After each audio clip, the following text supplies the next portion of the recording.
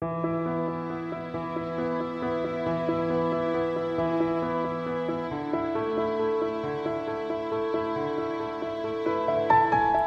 the Hiring Facilities account, access the Activate Professional License service from the Facility Service catalog. Search for the professional whose license you wish to activate using their DHA unique ID. Specify the license type and which positions are to be added to the license.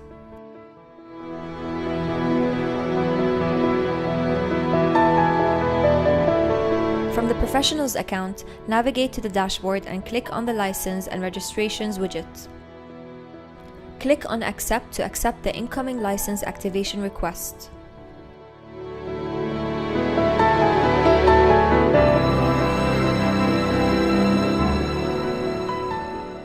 From the Hiring Facilities account, access the application screen and locate the Activate Professional License application having a status as Professional Accepted.